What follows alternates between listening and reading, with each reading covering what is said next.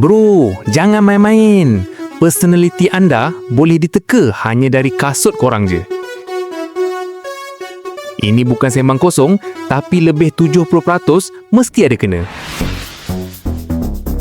Kalau anda jenis pakai sneakers, santai, suka comfort, tapi kadang-kala malas sikit.